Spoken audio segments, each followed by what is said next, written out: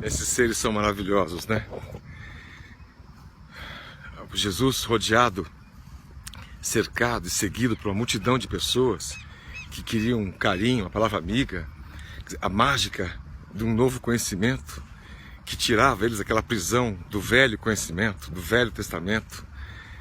E essa nova palavra divina dita por Jesus, o amor, né, desprendia-os, né, tirava os grilhões que nos prendiam ao solo, ao mundo materialista, ao mundo de César, né? E quando um bando de crianças quis se aproximar, os discípulos prontamente disseram, né, tentaram as afastarem. E Jesus disse a célebre frase: então, deixai que venham a mim as crianças. Essa reflexão rápida, em nome de todas as crianças, né, de países como o nosso, periféricos, terceiro-mundistas, né, em desenvolvimento, e outros tantos, que vivem à margem, né, da sociedade, como marginais, não só porque vivem nas periferias, mas porque têm da vida o seu pior, né? A educação vai ter o pior da escola, a saúde vai ter o pior da saúde, né, dos postos de atendimento, das famílias, acaba tendo o melhor possível dentro das limitações que famílias penalizadas pela dificuldade econômico-financeira, sustentável, a incrível dificuldade de algumas delas, né? E há amigos espiritualistas, espíritas, que pensam que o fardo, né, não é maior do que a gente pode carregar. Então esses espíritos que estão reencarnados nessas crianças, com as crianças, estão pagando, estão quitando, têm o que merecem. Mas não é bem assim. A gente aprende que as desigualdades sociais têm como responsabilidade a própria sociedade. À medida que eu acumulo, tenho muito mais para mim do que minha família precisa, outra família não tem para si o que ela mesma precisa.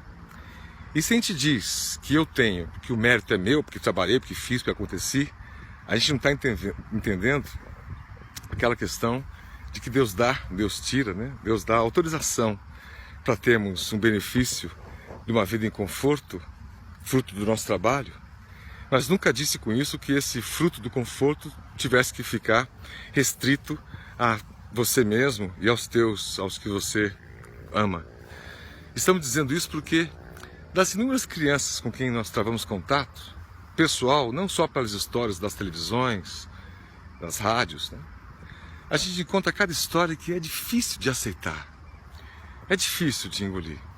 Crianças que vão se tornando jovens que não tiveram um carinho de pai, não tiveram um carinho de mãe, mal e mal tiveram um carinho de avó aqui e acolá, jogadas de abrigo em abrigo, né?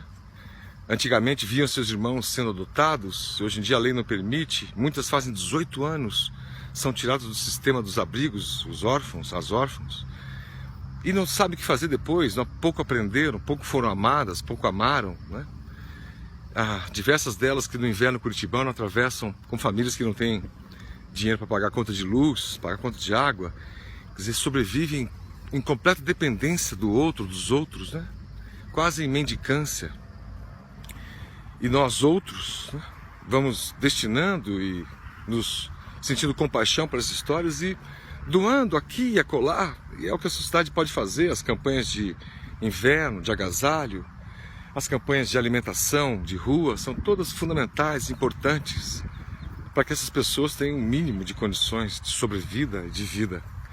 Mas a reflexão rápida hoje é de que é preciso mais. Essas crianças podem e merecem ser educadas.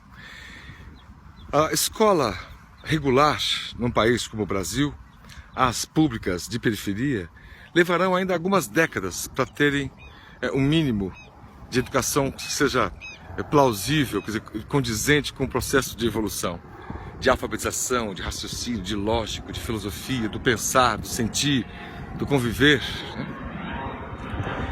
Mas é preciso fazer uma outra viagem interior para entender que elas precisam de tempo, preciso que cada família possa, entre aspas, né, adotar algumas crianças, jovens, de famílias que pouco têm ou nada têm, e completar a educação com a própria educação, criando lições, tirando lições, que os templos religiosos pudessem abrir suas portas nos dias de semana para fazer um contraturno escolar, que os frequentadores dos templos religiosos pudessem ser eles mesmos, os voluntários que vão se intercalando na medida que cada um possa doar um pouco de si.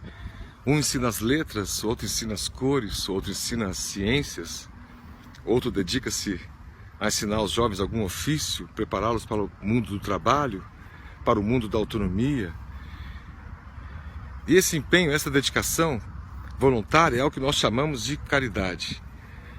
É a doação nossa, se a gente não tem recursos financeiros, ou pouco tem, e eles não fariam a diferença, o que faz mesmo a diferença é o recurso humano, é o ser humano, é o nosso recurso pessoal. Essa dedicação. Olha, nós temos os números, são centenas de milhares de crianças. Destas, por estatística, dezenas de milhares em condições quase subhumanas. Destas, ainda o percentual em condições subhumanas, né? Condições fisicamente, algumas chegam a ser raquíticas, não desenvolvem, não crescem, né? Em termos intelectuais, algumas são ditas como especiais, porque a fome na infância, o prejuízo cognitivo, a dificuldade na adolescência de aprender algo, e facilmente nós podemos taxá-lo de preguiçoso, de vagabundo, um jovem que não queira, que não consegue fazer, mas às vezes não é porque não quer, é porque não consegue, né?